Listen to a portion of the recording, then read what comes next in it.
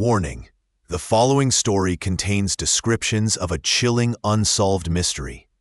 For decades, the truth about Silver Creek remained buried, a ghost story whispered in hushed tones. It was 1923, a remote mining town clinging to the Idaho mountainside, dependent entirely on the veins of silver deep underground. Everyone assumed it was just another casualty of a collapsing ore market, a town slowly fading away, until a weathered prospector, lost and out of supplies, stumbled upon the impossible stillness. There were plates still set on tables, tools left by the mine shaft, but no people, not a soul. Just the wind sighing through empty cabins. This wasn't a slow death. This was an instant erasure, and the message they left promised a horror far worse than financial ruin.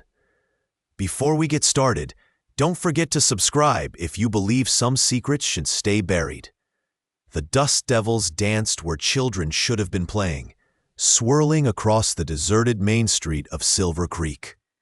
In 1923, this place was a raw, determined scar on the mountain's flank, built of rough-cut pine and grit, fueled by the promise of silver pulled from the earth. Now, only the wind moved the tumbleweeds and rattled loose shutters. The air hung heavy, silent, save for the distant groan of timber within the abandoned mine and the mournful cry of a high hawk overhead. Every single resident, miners, wives, shopkeepers, infants, had simply vanished overnight. Empty rocking chairs swayed on porches as if the occupant had just stepped inside. A kettle sat cold on a stove, its water long evaporated. The palpable absence was a physical blow. A vast, echoing void where life had just been bustling hours before. It felt like holding your breath in a room that should be full of noise. This wasn't just a town deserted. It was a town emptied. The single stark clue lay etched crudely into the rough-hewn timbers above the mine entrance, the gateway to the town's lifeblood and its ultimate undoing. Don't dig deeper. The words seemed to vibrate with an unseen dread, a desperate, final plea from people who understood something terrifyingly fundamental about the mountain's hidden heart. It was a warning, a confession, and a mystery, all carved into the wood that smelled faintly of pine resin and stale ore dust, an olfactory testament to the town's reliance on what lay beneath the surface. And maybe what they awakened.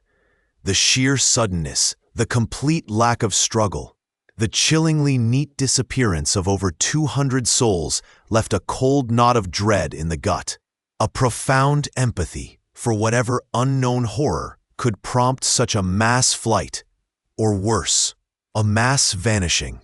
It felt as though the very ground held its breath, guarding a secret buried far deeper than the town's silver veins.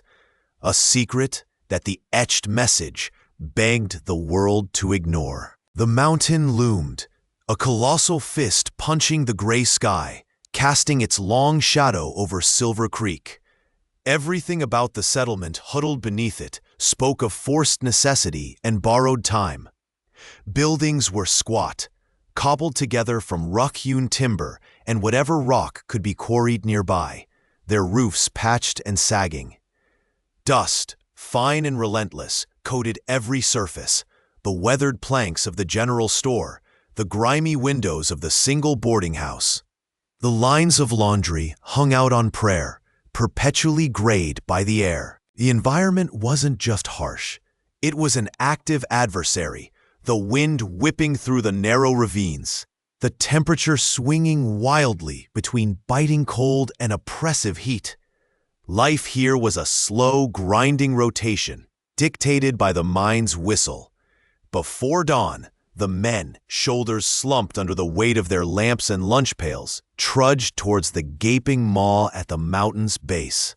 Women kept the homes, tended small, struggling gardens, and waited, their ears trained for the whistle signaling the end of a shift, or worse, a premature alarm.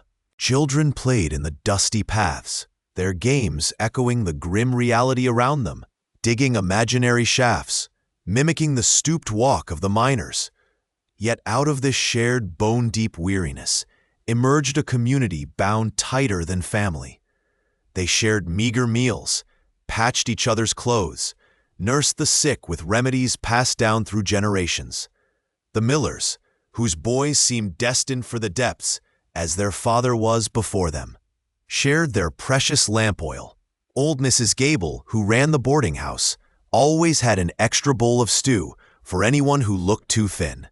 It was a fragile interdependence, born of the knowledge that only together could they claw a living from the unyielding rock, each face etched with the same defiant hope that today might be the day the vein ran rich, the same unspoken fear that today might be the day the mountain took one of their own. This was their world, compressed and intense, defined by the dust on their boots and the faint, persistent thrum of the earth beneath their feet. A life lived constantly on the edge of something waiting to shift. The air was thick, heavy with the ghosts of blasted rock and decades of choked breath. Inside the Silver Creek mine, the only light came from the lamps fixed to weary helmets, carving weak tunnels through an absolute, crushing darkness. Dust coated everything: lungs, clothes, the rough-hewn timber supports that groaned under the mountain's immense shoulder.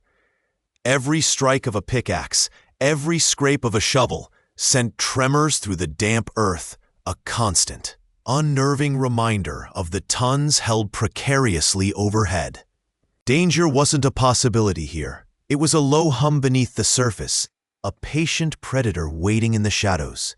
Years spent stooped in narrow veins, hauling heavy ore carts, wore down the body like the grinding stone. Muscles ached with a perpetual deep burn, backs curved prematurely, and eyes developed a haunted inward look from staring too long at the unyielding rock face. But the physical toll was only half of it. The darkness pressed in, not just visually, but on the spirit, fostering a quiet, desperate loneliness even amongst huddled groups. Yet they descended each day, the men of Silver Creek. This dark, dangerous hole was the town's beating heart, its sole reason for existing, the lifeline that fed their families. Their very survival was tethered to the glittering promise of the ore extracted from the earth's guts. Lately, that tether felt less like a lifeline and more like a noose tightening. Word had come down, relayed through the foreman with a grim set to his jaw.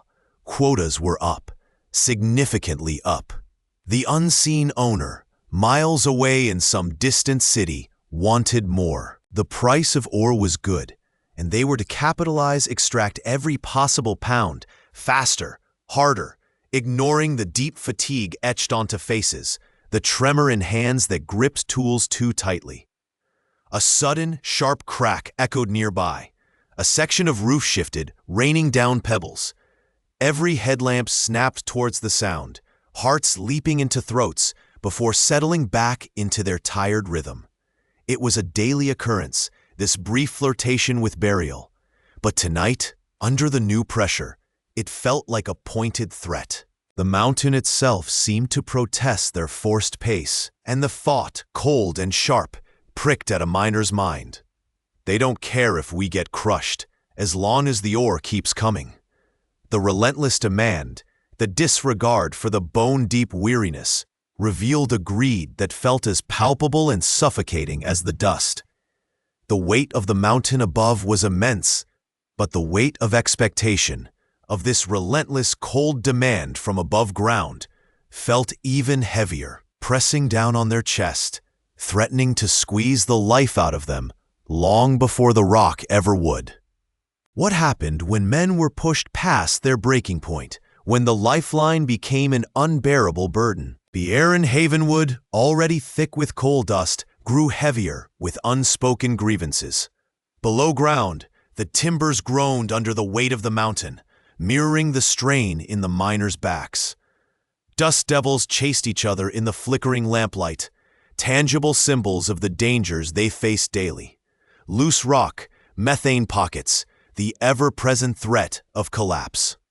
Yet, complaints about crumbling supports or inadequate ventilation met only the foreman's stony glare and the mine owner's distant silence. News trickled down from the surface, distorted whispers of the owner's comfortable life, while they risked theirs for a pittance. Paydays were grim rituals, the envelopes thinner each month, barely enough to keep the wolf from the door, let alone provide comfort or security. The gnawing fear for their lives wrestled constantly with the desperate need for the meager wages. They saw the exhaustion etched on their wives' faces, the thinness of their children's clothes, and the stark choice became a daily torment: risk death or face starvation. Subtle signs of this simmering resentment began to surface like trapped gas. Conversations stopped abruptly when overseers approached. Tools were handled with less care, sometimes even with deliberate clumsiness. Graffiti, crude but eloquent, appeared scrawled on the mine entrance walls overnight, quickly painted over, but the message lingering in the air. In the general store, women exchanged tense, knowing glances, their usual gossip replaced by hushed worries about their men. Children seemed to mirror the tension, their laughter quieter, their games less boisterous.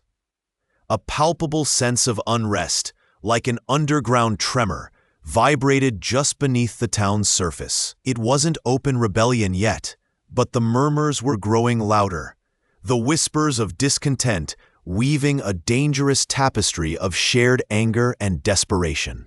In the cramped, smoky tavern, after a shift, a miner slammed his empty mug down harder than necessary, the sharp crack echoing the breaking point many were approaching. Another watched him, his eyes narrowed, not in fear, but in a cold, dawning calculation. The time for quiet suffering felt like it was drawing to a close.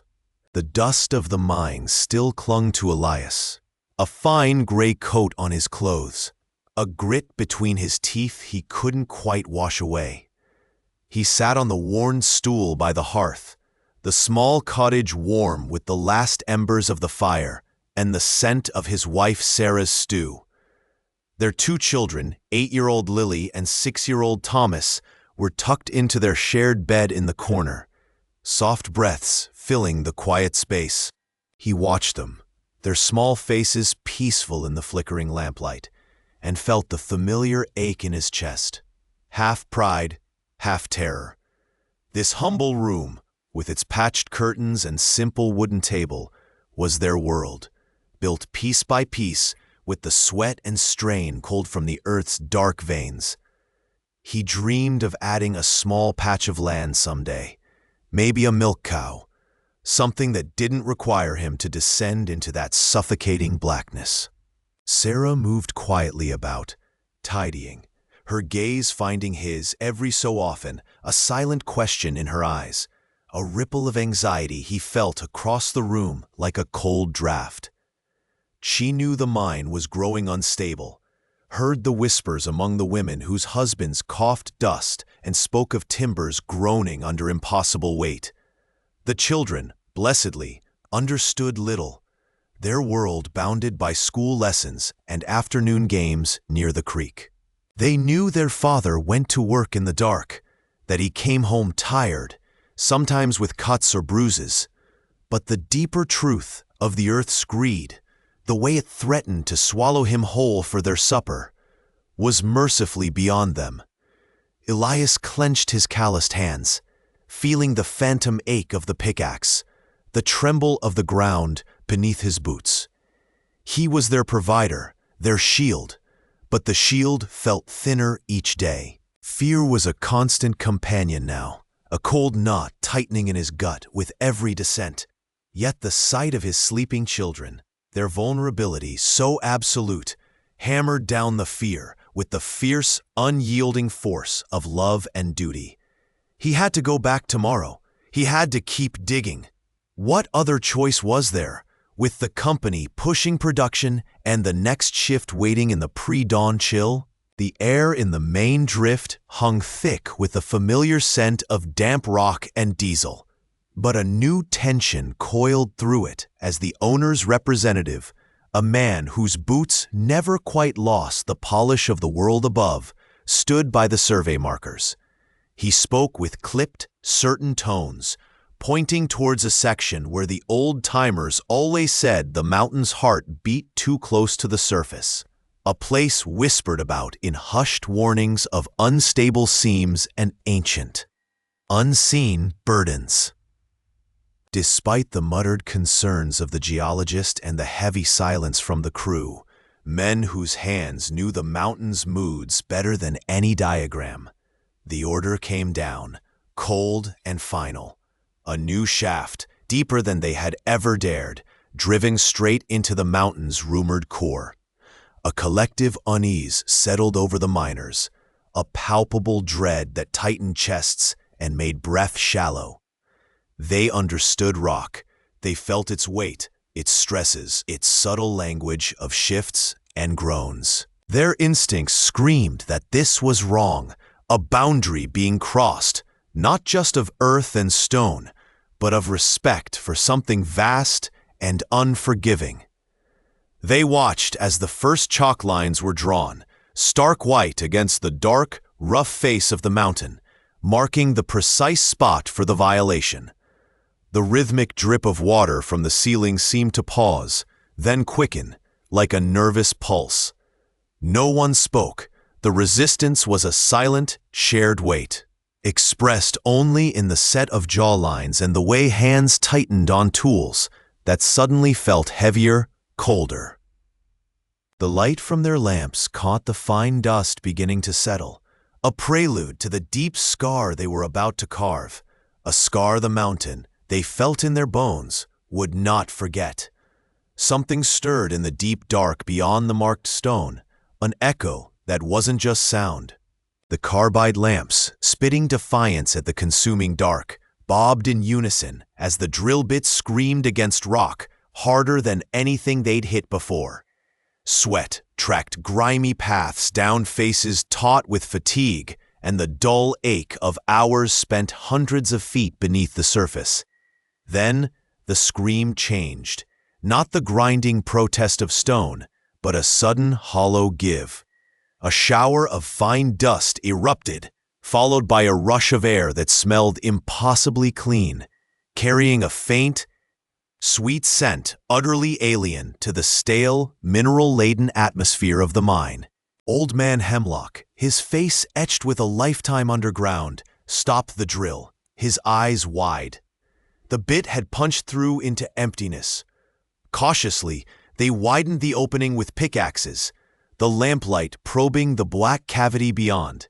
It wasn't a cave in the usual sense, carved by water or fault lines. The walls shimmered with an unnatural, crystalline structure, catching the light in impossible angles, reflecting hues that defied description. The air within was cold, almost frigid, and the silence was absolute, deeper than the rock around them. No sound of trickling water, no seismic groan of the earth, just this profound, ancient stillness. Thomas, the youngest of the crew, stumbled back, his breath catching in his throat. It wasn't just strange. It felt wrong, like a wound in the earth, a place where the world's logic had ceased to apply. A sense of dread, cold and sharp, pierced through the initial awe. Hemlock reached out a trembling hand, his fingers hovering inches from the shimmering wall. It hummed faintly beneath the touch, a low, resonant vibration that seemed to sink into their bones, promising secrets far older and more terrible than they could comprehend. This wasn't gold, wasn't coal, wasn't anything meant for human hands to disturb. It was a door, undeniably, to somewhere they had no business being, and the air grew heavy with the unspoken question: what ancient thing had they just woken? A quiet unease settled over the valley, heavier than the morning mist. It wasn't enough to simply have found the impossible. Now, the community grappled with what the impossible was. Scientists arrived, pale and precise in their sterile gear, setting up humming machines that probed and measured the strange surface, their voices clipped and technical. The main character watched from a distance, feeling like an intruder in their own home. The alien click of their instruments, a harsh contrast to the ancient whispers of the trees. He tried to understand their charts and readings, but it felt cold, missing the pulse of the place he knew. Meanwhile, the local elders gathered, their faces etched with worry, turning not to microscopes, but to the worn pages of old journals and the fading memories of their grandmothers. They spoke of earth spirits, of places best left undisturbed, of warnings passed down through generations about the valley's deep heart. Fear, a creeping vine, snaked through the town. Windows stayed shuttered longer. Laughter grew scarce, and the path leading to the discovery was now conspicuously avoided. Within the community, a rift widened, born from the conflicting attempts at understanding. Some saw it as a resource, a potential source of power or wealth waiting to be tapped, a pragmatic, almost desperate perspective born of hard times. They spoke of drilling, of harnessing the energy pulsing beneath the earth. Others, however, felt a profound dread, a chilling reverence. The elders' warnings resonated with them.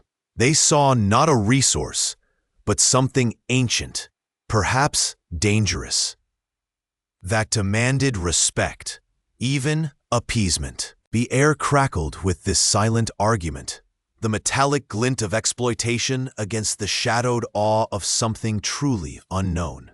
The main character felt torn, remembering the overwhelming power of the place, the way it had felt both terrifying and strangely significant.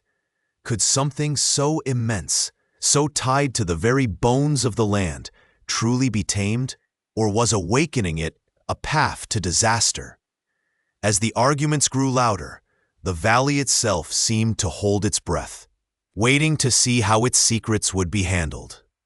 The deepening division in the community felt like a dangerous precursor, a first tremor before something truly broke.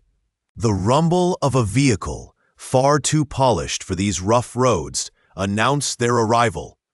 The owner's representative stepped out, coat immaculate despite the dust, a sharp, assessing look in his eyes that swept over the gathered faces.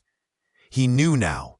Word had leaked, maybe just a whisper of significant find, enough to shift their posture from hesitant interest to outright cold demand. He didn't bother with pleasantries. "We understand you've made a substantial discovery," he stated, his voice cutting through the tense air like a wire. "Our geologists confirm preliminary reports are promising. We require immediate access. Full exploitation begins tomorrow." A knot tightened in Elias's gut. He felt the collective breath of the community hitch, a ripple of fear and disbelief, passing through the small crowd that had gathered by the mine entrance. They had seen things, felt things in the depths, witnessed the strange luminescence and the unsettling resonance of the metallic veins. They knew this wasn't just ore. It was alive, dangerous, demanding a reverence this man couldn't possibly comprehend. "Sir," someone began hesitantly, "there are concerns. It's not what we thought." The representative's smile was thin, dismissive. "Concerns? Nonsense. It's valuable mineral wealth, nothing more. Your concerns are delaying our operation. This site is our property. You will stand aside." His gaze settled on Elias, cold and unwavering. Elias felt a surge of raw anger, a potent mix of protective instinct and despair.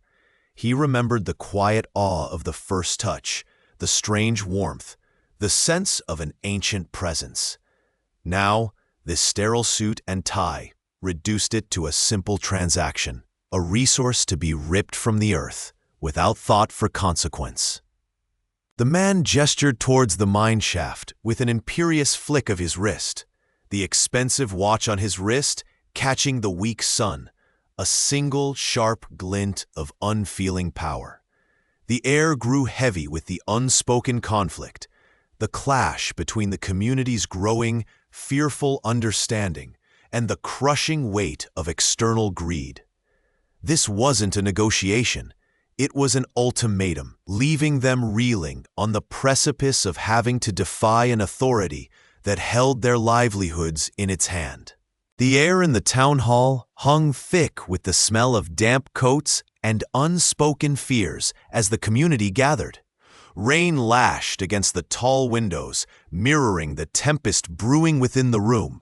Every face, etched with worry lines, deepened by weeks of uncertainty, turned towards the makeshift stage where the mayor stood, his voice strained as he relayed the owner's final exorbitant demands. Desperation coiled in the pit of the main character's stomach, a cold, deep feeling, familiar dread that whispered of impossible choices. Arguments erupted across the room, voices rising in panicked debate. Some pleaded for caution, recounting tales of families ruined by legal battles, arguing that they had no choice but to comply, to sacrifice the discovery for their own fragile peace. Fear, sharp and potent, dripped from every word urging surrender. Others, fueled by a raw sense of injustice that burned brighter than any fear, spoke of principles, of the rightness of protecting something ancient and profound from exploitation. He remembered a time when this town felt truly theirs, united against outside pressures. The main character watched the tide of emotion ebb and flow, their own heart a battleground between the crushing weight of practicality and the fierce, protective instinct that the discovery had awakened. They saw old Mrs. Gable clutching her worn Bible, her lips moving in silent prayer, and young Tom Fisher, knuckles white as he gripped the back of a chair, his eyes blazing defiance. The turning point came not with a single speech, but a collective exhalation, a shared look passing between dozens of faces that acknowledged the impossible choice was also the only one. A quiet resolve began to solidify, knitting the disparate fears and hopes into a singular purpose. The whisper ceased, replaced by a growing stillness, then a murmur of agreement that swelled into a wave of affirmation.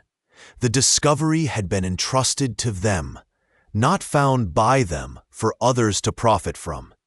The decision, costly and perilous, was made. The owner would be denied. They would protect it, whatever the price. The rain outside seemed to slow, a temporary truce before the storm they knew was coming, the storm they had just chosen to face head-on. The quiet hum of deliberate, sorrowful action replaced the usual afternoon sounds in Silver Creek. Hands that had tilled the same soil for generations now carefully lifted photo albums, the scent of aged paper and faded memories filling the air. The decision agonizingly reached in hushed tones that echoed the weight of betrayal, hung over every porch and pathway like a shroud.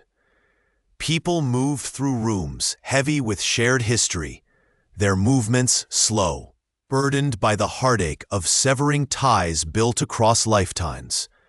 Each object packed, each doorframe brushed against for the last time, felt like a physical wound. A woman stood in her kitchen, her fingers tracing the worn grooves of the wooden counter her grandmother had used, a silent tear marking the polished surface before she turned away, leaving the room empty, the silence screaming. Fear gnawed at the edges of their resolve, fear of the unknown world beyond the familiar valley walls, fear of starting over with nothing but what they could carry. Yet, beneath the crushing sorrow and pervasive dread, a different kind of strength began to harden. This wasn't just leaving. It was a collective act of defiance, a refusal to let the darkness that had consumed their home claim them entirely. There was a growing, fierce clarity in their purpose. They were leaving to preserve themselves, to honor those they had lost, to seek a future where truth and safety weren't sacrificed to silence. The line of vehicles beginning to form on the single road leading out of Silver Creek stretched like a mournful, determined serpent, its head pointed towards the uncertainty of the outside world. The cool, damp air hung heavy, smelling of disturbed earth and fresh mortar. Elias watched as the community, shoulder pressed to shoulder, began the arduous task. Rocks, heavy with the mountain's ancient weight, were lifted and hauled, their rough surfaces scraping against calloused hands. Each stone laid against the gaping maw of the mine entrance felt like burying a piece of himself. Not just the danger, but the hard-won sustenance. The shared stories whispered in flickering lamplight, deep underground. His muscles strained, mirroring the ache in his chest. He remembered his father's pride, the day he first went down, the mingled fear and excitement, now being entombed brick by brick.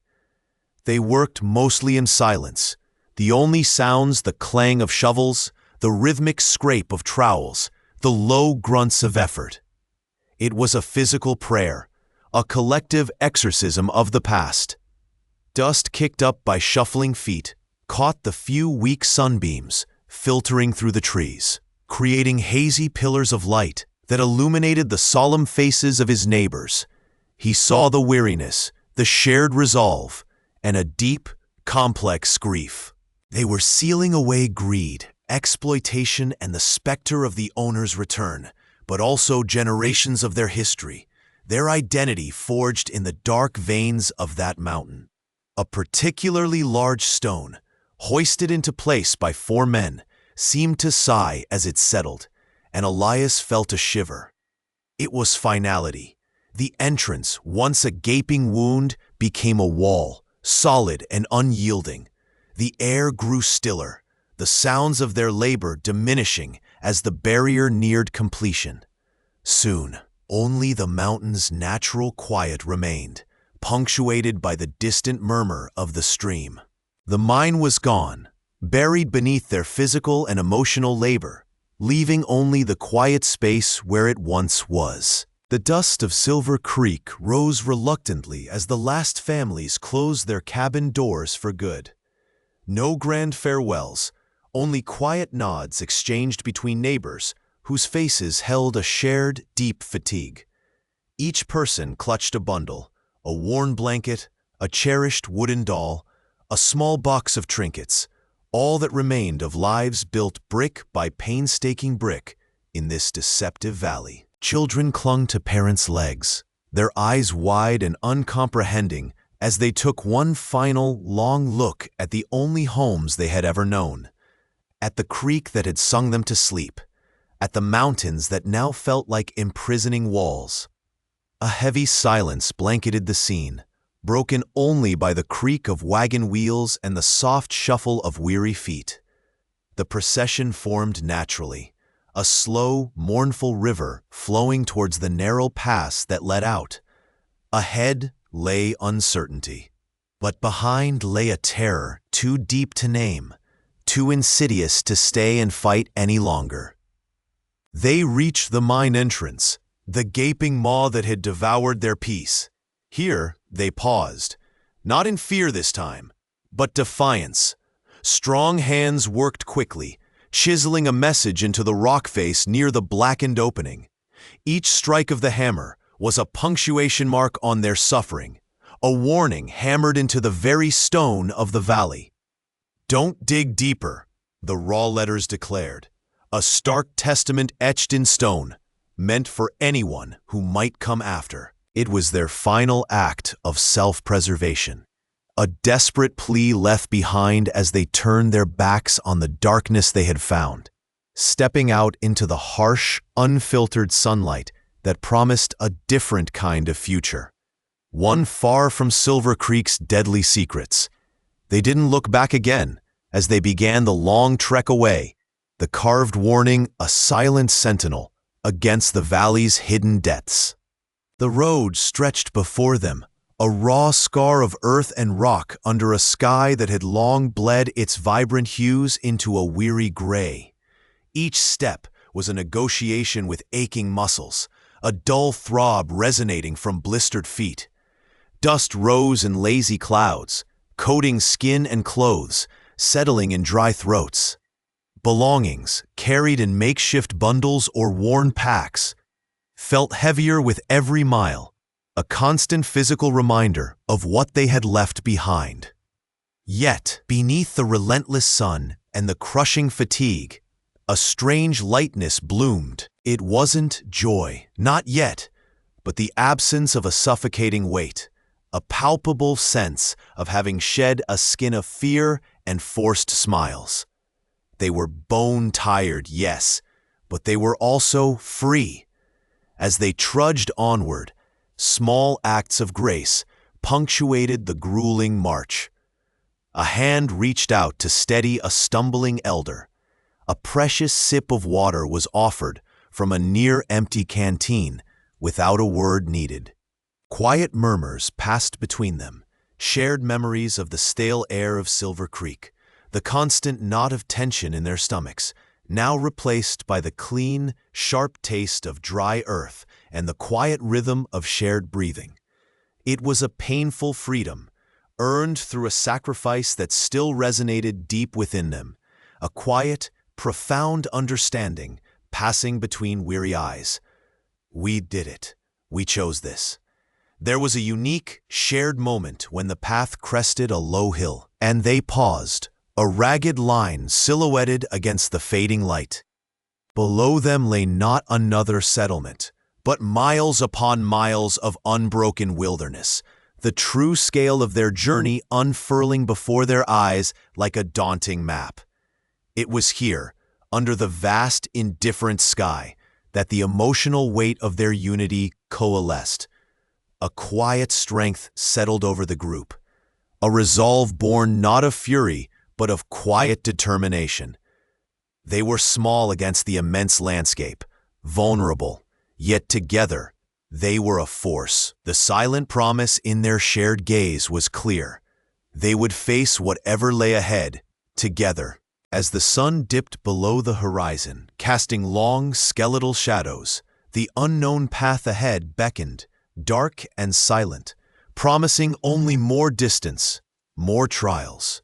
They found the valley, hidden deep within the mountains, a place the old maps ignored, accessible only by treacherous, forgotten trails. It was late spring when they arrived, the air crisp and clean, carrying the scent of pine and damp earth. A narrow stream, clear and cold, cut through the center, feeding a small, sun-drenched meadow. This became their new beginning, their quiet refuge. The first weeks were brutal, a relentless cycle of felling trees, clearing brush, and digging. Their hands were raw, their muscles screamed, but a fierce, quiet determination burned in their eyes. Ilara watched the others, saw the shared exhaustion, the unspoken grief they carried, but also the rising strength in their unity. They worked side by side, the younger ones hauling logs, the older ones skilled with tools, building simple, sturdy cabins from rough-hewn wood. Each swing of an axe, each hammer blow driving a nail, felt like a defiance against the past, a step toward reclaiming their lives. There was no electricity, no running water beyond the stream, but the silence here was different. It wasn't the tense, watchful silence they'd known before, but a peaceful quiet punctuated by the sounds of their labor and the distant call of birds. They planted seeds, carefully tended the fragile sprouts, hoping for a harvest that would sustain them through the coming winter.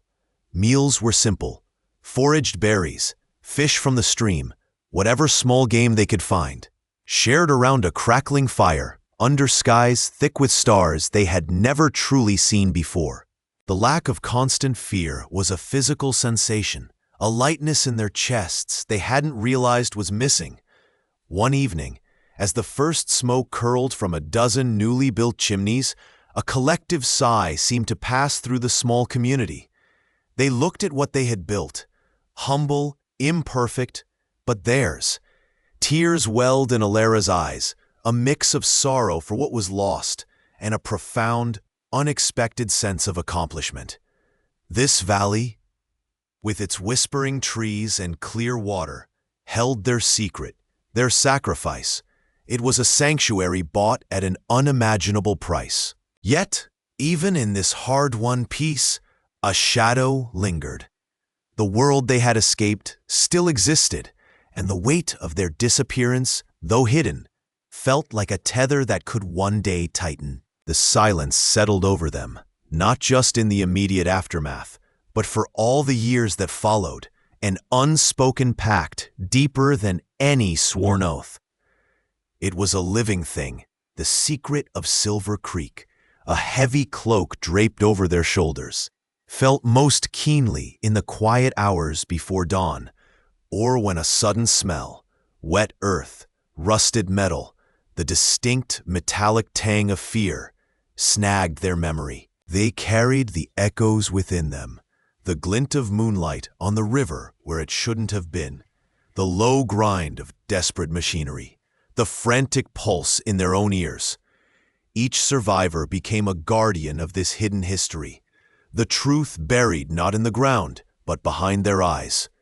They built lives, married, raised families, but a part of them always remained on that remote hillside, forever 17, forever bound by what they had done and what they had prevented. Justification became an internal ritual, a quiet litany whispered against the persistent ghosts. They saw the faces of the greedy men, the cold calculation in their eyes, and the memory of their own desperate struggle felt less like a crime and more like a necessary act of nature, like the river reclaiming its course. There was a quiet satisfaction in knowing they had thwarted the rapacious hunger that sought to devour something sacred. This shared knowledge, this dark victory, was the invisible thread that connected them across distances and decades. A chance encounter in a supermarket aisle, a recognition in a crowded train station, a subtle nod, a shared weary smile, and the unspoken understanding flowed between them, reinforcing the pact without a single word. The secret was a crucible that had fused them together, shaping their identities in ways they often didn't recognize until they looked into each other's eyes and saw the reflection of that shared past. A silent testament to resilience and sacrifice. It made them watchful, fiercely loyal to each other, and forever wary of the world outside their hidden circle. One crisp autumn day, walking past a sun-dappled stream, the sunlight hit the water just right, and for a dizzying second, the world shifted, replaced by the haunting beauty of Silver Creek, untouched and wild, and a profound ache for that lost innocence, now inextricably linked to their enduring guilt. The weight of it pressed down, heavier than usual today, a silent question hanging in the air they all breathed. Introduction. Shock warning. This story contains disturbing elements and may not be suitable for all readers. For 22 years, the disappearance of a high school class and their teacher in the remote mining town of Silver Creek has been a ghost story whispered across the Pacific Northwest. Local legend claimed a mine collapse, a tragic accident burying them forever. Everyone believed it. They had to believe it. Until a land survey crew, years after the search was abandoned, discovered a crude symbol carved into a boulder near the old mine entrance, too deliberate, too wrong to be random graffiti. This discovery, a silent, chilling accusation left exposed by time, would unravel the comforting lie, promising the revelation of a horror buried far deeper than any mineshaft. Before we get started, don't forget to subscribe if you believe bullies always get what they deserve. Section 17. From the outside, Silver Creek remained a wound on the map, a cold case filed away under presumed deceased. The world beyond the valley speculated endlessly. Task forces were assembled and disbanded. Fruitless searches scoured the wilderness, and official reports cited impossible terrain and the passage of time. Theories bloomed like bitter weeds, a bus malfunction plunging into a ravine, a rogue prospector gone mad, even whispers of a mass cult suicide tied to the town's isolation. News crews came and went, interviewing grieving families clinging to fading photographs, their narratives shaped by the absence, the unanswered questions. They saw only void where life had been, piecing together fragments without the keystone. But the survivors carried the weight of truth, a heavy, unwelcome knowledge that set them apart, binding them in a silent pact. They knew the real reason the earth remained undisturbed around the mine's sealed entrance, why the air still felt heavy with lingering dread. They knew about the hunger beneath, the terrifying bargains struck, the sacrifices made not just of lives, but of peace. The crudely carved message, "Don't dig deeper," left behind by trembling hands, became more than just a warning scrawled on rock. It was a monument to their lost innocence, a chilling epitaph for those consumed, and a stark instruction to a world blissfully ignorant of the true cost of disturbing ancient darkness. The real wealth they found wasn't in glittering ore or hidden veins of gold, but in the fractured, resilient bonds forged in the heart of terror, the courage required to face the unimaginable, and the grim satisfaction of enacting their own form of justice against something that defied human laws. The mine remained shut, a tomb holding a secret the world must never uncover, and they, the survivors, were its reluctant, vigilant keepers. Conclusion. Years had passed since Silver Creek, yet the quiet ache remained, a constant thrum beneath the surface of ordinary life. The main character moved through the world, performing the necessary motions, waking, eating, working, but the vividness felt muted, as if a thin veil had settled over everything. The sharp edges of emotion were gone, replaced by a dull, pervasive weariness. It wasn't overwhelming sadness, not anymore, but a low-level hum of unpleasantness that permeated quiet moments. Joy felt distant, like watching a vibrant scene through thick, cloudy glass. There was a constant, subtle distribution of emotions, a flicker of anxiety at a sudden noise, a pang of loss at an unexpected memory, a faint wash of guilt for simply surviving. The intensity that had defined those days was absent, leaving behind a landscape of quiet, persistent shadows. They carried the past not as a burning torch, but as a heavy cloak that never quite lifted. The world had moved on, theories fading into local folklore. But the survivors knew the truth slumbered, requiring eternal vigilance.